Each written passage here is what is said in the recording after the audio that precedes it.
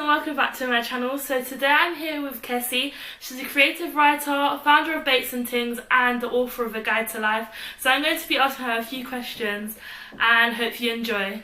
Would you say you know your purpose in life?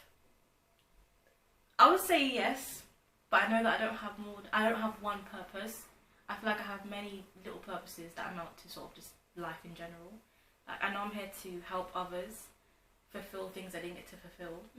Whereas it's like the elder generation, they're very like on me to be like pave the way for unfulfilled dreams. Like I have this gift of just reaching out to people that didn't get to do things in their youth and providing a way for them to reconnect with that inner child and do what they missed out on. Basically, that's one of my purposes.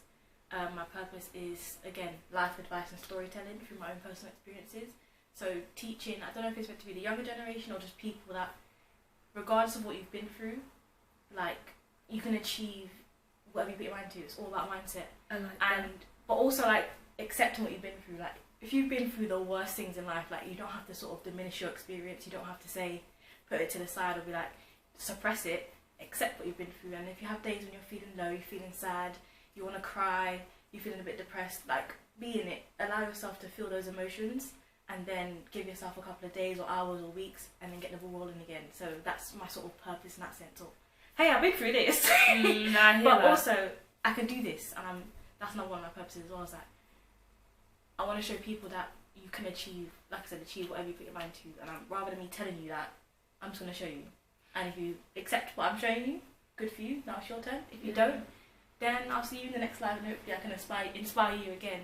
I know I keep using this word, but that's really inspiring because I haven't actually thought about my purpose in life. I feel like I've used, like, a little bit, I feel like I kind of agree with what you're saying because I relate to it, and I feel like I like to help people as well, so I relate to that side of things. So maybe I should, like, think about it more, maybe write it down, see how I feel, because I never actually thought about that question, what's my purpose in life? So hearing you say it sounds like inspiring. Yeah, I think our purpose is all around helping people. I think what happens is when we're in our younger years or even now, we help people and we don't get it reciprocated and then we feel a type of way. Whereas the key is to help people that are worth it, are deserving of your help, of your gift, your abilities, your skills, and knowing who is not, because some people will use you. And you don't have to put yourself in that situation. You can, if you want to, you can, but then don't get upset about it when they don't give that energy back because you knew what you were getting yourself into. So regarding your book, A Guide to Life, what gave you, like, the inspiration to write it? Ooh, that's a good question. So I wanted to write, basically. I had written something in 2019 for Black History Month. It was like a poem about being a black woman, being a black person, and just sort of calling on all of the black people that have come before me in my family, but in just like globally, and all the power that has been channeled down. So, you know, like, we talk about traumas, I like to talk about gifts and abilities and joys that have been passed down that I can utilise. And it was such a good piece of writing. I was like, hey, I can write, you know. So then I was like, okay, so what's next? What else can I write? And then I was having a conversation with my dad in 2020. I said, I want to write something. I want to incorporate, you know, life advice, affirmations, and just being like having honest conversations.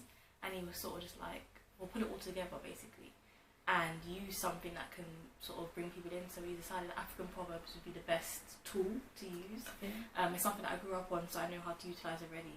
And I started off blogging, so I did blogs for about 3 to 4 months on for like a brand for business on their website. And then like my dad basically, or people started asking, well, can you turn it into a book? So I was just like, yeah, okay. Like, I'm a very like a yes person. Don't ask me. I don't know how to put a book together. So I literally went on YouTube. How do you write a book? Watched a lot of YouTube stuff. Read a lot of Google stuff. I said, okay, I'm gonna turn this into a book. Found a publisher from my cousin. Reached out to the publisher. I said, I've got this idea. It'll be done by the end of this year. She said that. Reach back to me when it's done, and we'll get the ball rolling. And by September 2020, so I started writing.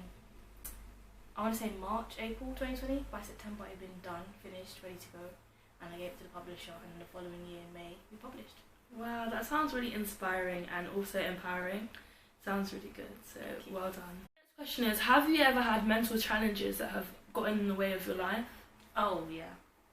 I would say my mental health issues took over about a decade of my life. Starting from, I would say, primary school like year 6. Yeah, I'll say year 6 till I was about in college, last year of college. That was my, not even college, first year of uni. That was my window of having serious mental health issues. From I didn't know what mental health issues were, to figuring out what it is, to getting help, and then getting on the other side of that. So I had like a lot of hormonal issues as a child, which we didn't really understand. So I had acne from when I was in year 4. I was diagnosed with serious like acne, so that was an issue. So low self-esteem, bit of body dysmorphia. Having acne as a young person like that, no one has spots, no one really has hair. So to walk around school with these big boils on your face, obviously the older kids didn't know what it was, so they would sort of pick on you and be like pizza face and things like that. So that was hard. In year 4, I experienced bullying from my friendship group. That was like the biggest knock on everything, like my confidence, my mental health. Having your friends that you are the closest to one day just turn around and bully you emotionally, physically. And the biggest thing was that the teachers didn't believe me because of the way I present myself. I was a very like boisterous black girl, K-Rose, trainers, playing football, and I was very, not to toot my own horn, I was a popular kid because that's just who I was. I like being friends with everyone. And so when I went to the teachers about this experience, it's like, you're getting bullied? Who would bully you, sort of thing. And then that sort of made me realise that when you ask for help, no one's helping you. I'm never asking for help ever again. I'm never having friends ever again. So I went into secondary school with the mindset of, I don't want to make any friends, stick to myself. And I was on medication for my acne, which affected my hormones again. So when I was in year 11, I was on the strongest medication for acne at the time, which was called Roaccutane. And what they said to me was, we're going to give you this medication, but just to know, some people have committed suicide on this medication because it affects your mental health and causes severe depression. But I was like, but it's going to cure my acne, right? And it was like, yeah, let's do it. But then obviously now the depression hit like I've never experienced in my life. But I didn't know what depression was because mental health wasn't a conversation in my family. We didn't really talk about mental health in school. So I'm having all these feelings. I really don't like myself. I don't like looking in the mirror. My acne's gone, but I don't like looking in the mirror. Not in tune with my body, and I have severe anxiety. I don't like going outside. I don't like talking to people. Like I remember one time trying to go meet up with my friends. I made it to the top of my road, and I just turned back around because I couldn't face the world. So I couldn't do crowds. I couldn't do anything like that. And then it got so bad to the point. I want to say I was 20. I was turning 20. I was turning 20, and I was in my room. And I was just like, I can't live like this anymore. So either I'm going to do something about it, get help, or I'm going to do something about it and just that other path that some people choose, unfortunately. So I was literally in my room like, I need a way. Someone needs to show me a way. And I felt like I literally just felt my phone just glow. And I went on my phone, typed in therapist near me, and I found like a therapist. I scanned through like 20 different profiles, and then I found a therapist too. For some reason, she does look like, she's like a white old lady. I was just like, you. Don't know why, but for some reason she just looked like she could help me, and I went to her. She didn't solve. Her purpose wasn't to solve my mental health issues. It was to identify what the issues were, because what happens is you suppress so much. If you experience it from a very young age, as you go through certain stages, you get new experiences and memories. These things just get suppressed down, down, down, and down. So it wasn't until I met her she was able to sort of identify the root cause of things, and from identifying the root cause of things, I could sort of accept it or not accept it, which some things to this day I still struggle with. The bullying from the friendship is still very present.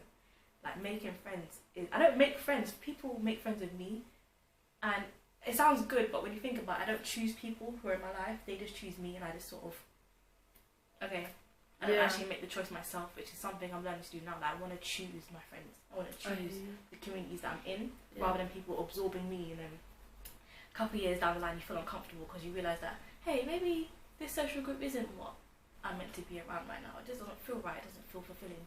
So in terms of my mental health now, like I would say it's fine, but it's fine because when I have my anxiety attacks, I accept them. Something's triggering my anxiety. What is it? Is it a legit fear, or is it just something that's from my past that's recurring? When I don't feel like I'm depressed. I just have low moods because I have low moods. Everyone has low moods. I've experienced depression, so I know what a low mood is to a depression. Like I don't do that thing where my room is a disgusting state because I haven't gotten up the room, I haven't got a wash for days. I don't do that anymore.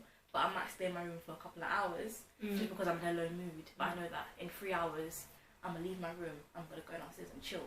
So I'm able to identify what is a mental health problem, and if I need help, and I'm able to identify, I'm a woman, I have moods. It's simple as that. But even the book was off the back of a mental health breakdown in 2019. I was working retail and doing an internship at like a radio station, and the retail job was just traumatic. It was horrible to work in. Like, everyone was so miserable. The managers weren't very nice.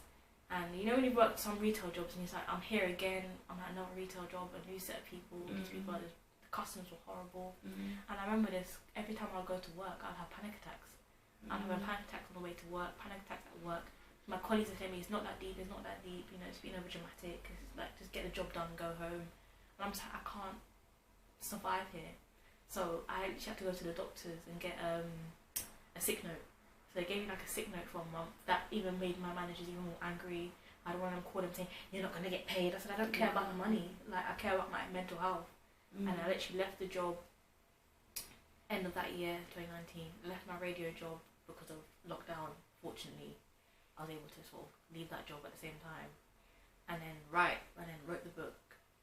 And then from the book, I've just been way better because I've literally just been using the book as my own life lessons to live life. Experience life, explore life, enjoy life, and again, enjoy life regardless of the low stuff. The low stuff is part of the process. It doesn't have to stay with you unless you choose it to stay with you. So like, it's like finding enjoying the process is my life lesson, which is the hardest part when you've got bills to pay and there's no money, and like, I'm finally enjoying the process. I'm enjoying being poor. So it's about again, finances. Lack of finances is another factor for mental health because everything I've done up to this point, I've done with minus 2k in my bank account because I dropped out of uni. And there's days when I couldn't afford to even go to the pound and get pads. And it's like, I could ask my parents for money, but they don't have money themselves for me to be asking for. So again, financial issues can cause mental health issues as well. And I think that's one of the things that I'm working on now, is that realising that when my finances are low, I need to stop panicking. And I know it's a stressful situation, but panicking is not going to do anything, is it? It's not going to bring in the money. So what am I going to do in this situation is just, again, try and enjoy the process. Okay, my funds are low. Let me just pause. Let's not even plan anything. Let's just pause. Because if I pause now, then I can think, then I can flow, and then something will come through. Because every time something comes through, every time I've been at that state where, oh, I've got a bill to pay tomorrow, there's no money in my account, I'll tell you the next day, something always comes through. But if I panic, nothing's going to come through because I'm blocking that channel of me just either getting a last minute job, being asked to do something, my mum winning and going to the casino and winning some money, because that's been a thing as well. My mum just goes to the casino and I don't have money, she's like, here you are, I want some money. But every time I am low on funds, for some reason, a blessing actually, she goes to the casino and always wins, and then is able to like, here's a little £20, here's a little something. So again, that's my mental health story right now. So that's where I'm at. I'm good right now, but again, life does life, and sometimes you are low, but it's just about, again, accepting the low for what it is, and then knowing that the high is going to come soon. The last question, where can we find you on social media, and how can we purchase your book, A Guide to Life? You can find me on Instagram at kesi.sx. LinkedIn is Kesi Stephen, and don't worry about Twitter, that's for me only. Is there any other social media? Don't worry about Snapchat either, that's not my generation. And you can purchase my book on Amazon or through my website www.kesistephen.com. And yeah, thank you so much for being on my channel. You're really inspiring, and you're actually like I've learned so much from you. I'm so glad we've done this video, so thank you.